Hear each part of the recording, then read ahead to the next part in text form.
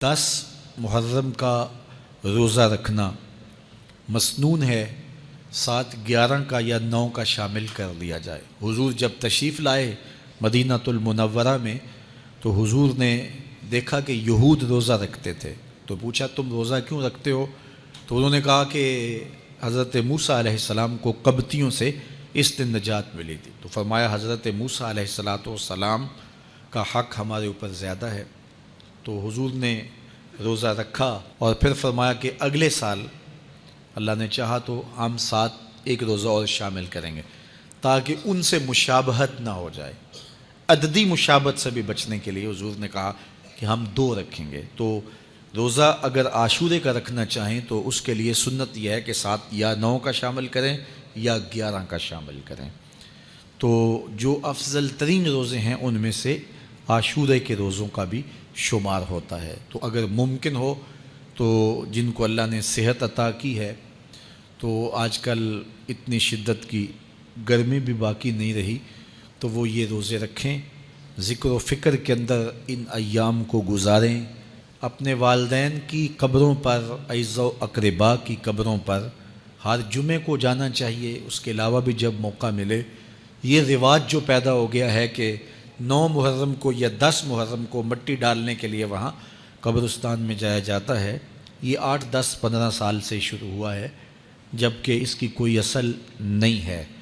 تو اگر آپ روٹین سے جاتے ہیں تو آپ کو ہر جمعے کو جانا چاہیے والدین کی قبروں پر، اور وہاں جا کے ہر جمعے کو سورہ یاسین کی تلاوت کرنی چاہیے۔ تو سال کے بعد صرف 10 محرم کو یا 9 محرم کو جانا، یہ بہرحال اس دور کی ایجاد ہے، یہ کوئی مسنون نہیں ہے اور یہ کوئی سنت نہیں ہے۔ تو روٹین سے اگر کوئی جانے والا ہے تو چلا جاتا ہے تو کوئی حرج نہیں ہے۔ تو باقی یہ بڑے اشرف ایام ہیں، بابرکت ایام ہیں، اور ان کو بہت ساری نسبتیں حاصل ہیں۔ حضرت امام حسین رضی اللہ تعالی عنہ کی شہادت کے ساتھ یوم عاشور کو نسبت حاصل ہے، اور اس کے علاوہ بھی بہت سارے عالی مرتبت جو ہے وہ ہستیوں کے وصال کا دن بھی ہے، اور بہت سارے واقعات اس دن جو ہے وہ روح پذیر ہوئے ہیں۔ تو یہ اس لحاظ سے بہت ہی بابرکت اور جو ہے وہ مبارک یوم ہے۔ تو اس دن کو ذکر و فکر میں، عبادات میں بسر کیجئے گا، اور اپنی زندگی کی ایک ایک ساعت کو اللہ اور اس کے رسول کے نام پر لگا دینے کے جذبوں سے سرشار ہو کے زندگی گزاریے گا۔ حضرت امام پاک انہوں نے اپنی زندگی دین کے لیے قربان کر دی۔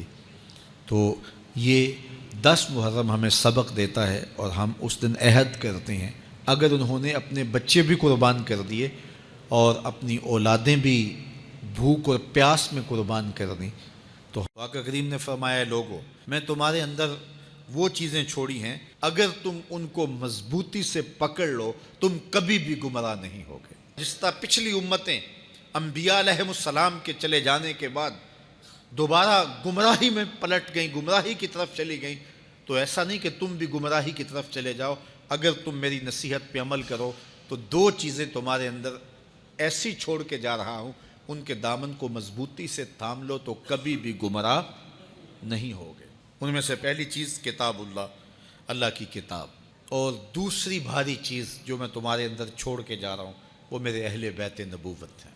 تو حضور نے تو ضمانت دی تھی کہ تم گمراہ نہیں ہوگے، لن تدلوا، تم کبھی بھی گمراہ نہیں ہوگے، اور یہ 73 گروہوں میں کیسے بٹ گئی؟ تو حضور نے شرط لگائی تھی کہ اگر تم ان 2 چیزوں کو تھامے رکھو گے تو کبھی بھی گمراہ نہیں ہوگے، ایک اللہ کی کتاب اور ایک میرے اہل بیت کو۔ گمراہی کیسے ہوئی؟ کسی نے کتاب کو چھوڑ دیا، کسی نے اہل بیت نبوت کو چھوڑ دیا۔ گمراہی تب ہوئی کسی نے کتاب کی بات تو کی لیکن اہل بیت کا بغض سینوں میں پلتا رہا، اور کسی نے اہل بیت کے نام کی دہائی تو دی لیکن کتاب کے پارے بھی پورے نہ مانے۔ تمہیں مبارک ہو، تمہارے ایک ہاتھ میں قرآن ہے، ایک ہاتھ میں اہل بیت نبوت کا دامن۔ تو جس نے کتاب اللہ کو چھوڑا وہ بھی گمراہ ہو گیا، اور جس نے اہل بیت کے دامن کو چھوڑا وہ بھی گمراہ ہو گیا، اور جس نے دونوں کے دامن کو پکڑ لیا تو وہ کامیاب ہوا، بامراد ہوا، اور ہدایت پہ گامزن رہا۔ فرمایا تمہارے اندر میرے اہل بیت کی مثال ایسے ہے جس طرح حضرت نوح علیہ السلام کی کشتی تھی، جو اس کشتی میں سوار ہو گیا وہ نجات پا گیا، اور جو اس کشتی میں سوار نہ ہو سکا، پیچھے رہ گیا، وہ ہلاک ہو گیا۔ تو جو اہل بیت کی محبت کی کشتی میں بیٹھے گا، ان کی عقیدت کی کشتی میں بیٹھے گا، وہی نجات پائے گا۔ جو اہل بیت کا بغض سینے میں پالتا رہا، نجات اس کا مقدر نہیں ہو سکتا۔ اور ایک روایت میں حضور نے ارشاد فرمایا کہ میرے اصحاب کی مثال ستاروں کی طرح ہے، تم جس کے پیچھے بھی چلو گے منزل پا جاؤ گے۔ علماء نے اس کے ان دو احادیث کو جمع کر کے بڑا خوبصورت نتیجہ نکالا۔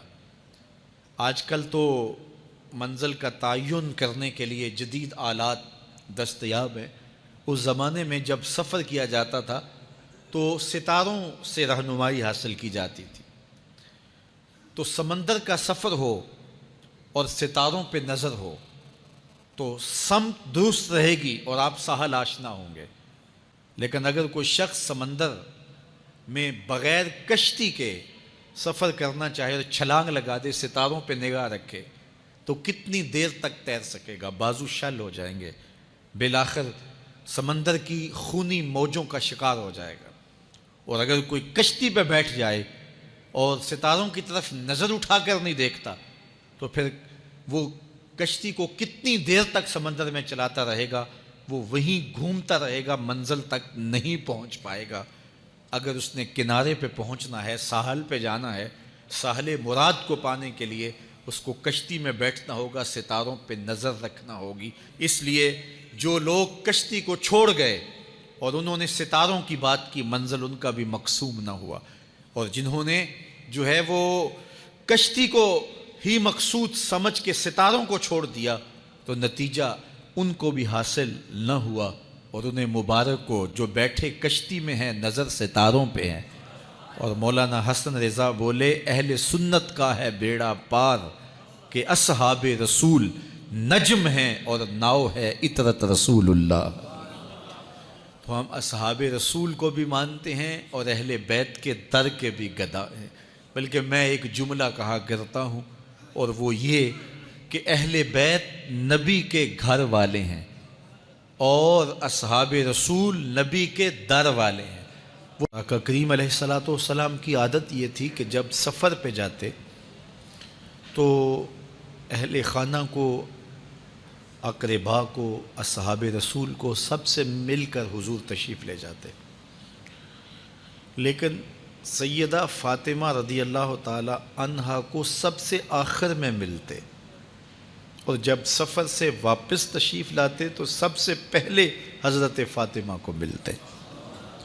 اور یہ محبت کا ایک رنگ ہوتا ہے کہ کم از کم جدائی کے لمحے جو ہیں وہ پڑے تو سیدہ سے سب سے آخر میں ملتے، اور یہ محبت کی علامت ہوتی ہے، جو بہت پیارا ہو بندہ اس سے سب سے آخر میں ملتا ہے کہ اب تیرے بعد کسی کو نہیں ملوں گا، اور جب واپس تشریف لاتے تو سب سے پہلے انہیں ملتے۔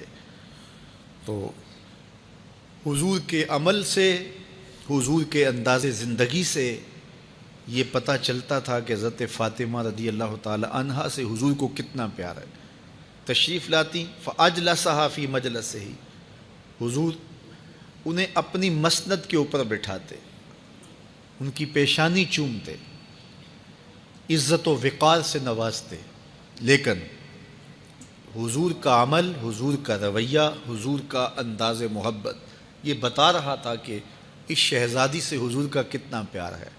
لیکن اس کے باوجود حضور نے ارشاد بھی فرمایا کہ یہ فاطمہ میرے جگر کا ٹکڑا ہے، اور پھر یہ بھی فرمایا جس نے فاطمہ کو غضبناک کیا، دکھی کیا، پریشان کیا، اذیت میں مبتلا کیا، اس نے مجھے دکھی اور اذیت نہ کیا۔ مجھے بتائیے کسی عورت کے لیے سب سے بڑا دکھ کیا ہوتا ہے؟ کہ اس کے بیٹے کو تکلیف پہنچے، اس کی بیٹی کو تکلیف پہنچے۔ اپنی تکلیف کو وہ گوارا کر لیتی ہے، اپنی اولاد کی تکلیف اس کو گوارا نہیں ہوتی۔ اور اگر کسی خاتون کے سامنے اس کے بیٹے کو تکلیف پہنچے، اذیت پہنچائی جائے، حتیٰ کہ شہید کر دیا جائے، تو پھر کیا اس پر گزرتی ہے؟ سیدہ فاطمہ تو زہرا کے شہزادے کو پیاسا رکھ کے کربلا میں شہید کیا گیا۔ اس خاندان کے چشم و چراغ جس طرح اذیت میں مبتلا ہوئے، چھوٹے علی اصغر کی گردن میں 2 شاخہ تیر مار کر کے انہیں شہید کیا گیا، اور دیگر شہزادگان کے ساتھ جو سلوک کیا گیا، تو کیا گزری ہوگی سیدہ فاطمہ تو زہرا رضی اللہ تعالی عنہا کے دل پر، ان کے قلب اطہر پر؟ تو پھر وہ کتنی ناراض ہوئی ہوں گی اور کس قدر ان کو دکھ اور صدمے کی کیفیت پہنچی ہوگی۔ تو اب حضور نے فرمایا کہ جس نے فاطمہ کو غضبناک کیا، دکھی کیا، آزردہ کیا، پریشان کیا، تو اس نے مجھے آزردہ کیا، اس نے مجھے پریشان کیا، اس نے مجھے دکھ دیا، اس نے مجھے تکلیف پہنچائی، اس نے مجھے غضبناک کیا۔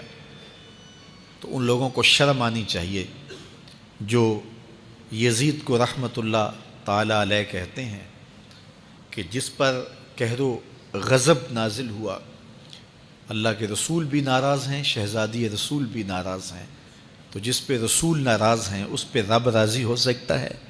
اس پہ اللہ رحمتیں نازل کرے گا یا قہر و غضب نازل کرے گا؟ تو وہ کس طرح رحمتوں کا مستحق ہو سکتا ہے جس پہ رسول کریم صلی اللہ علیہ وآلہ وسلم غضبناک ہیں؟ تو سیدہ فاطمہ سے حضور بہت زیادہ پیار کرتے تھے، اور جب وہ کوئی کام کہتی تھی تو حضور اس کو ٹالتے نہیں تھے۔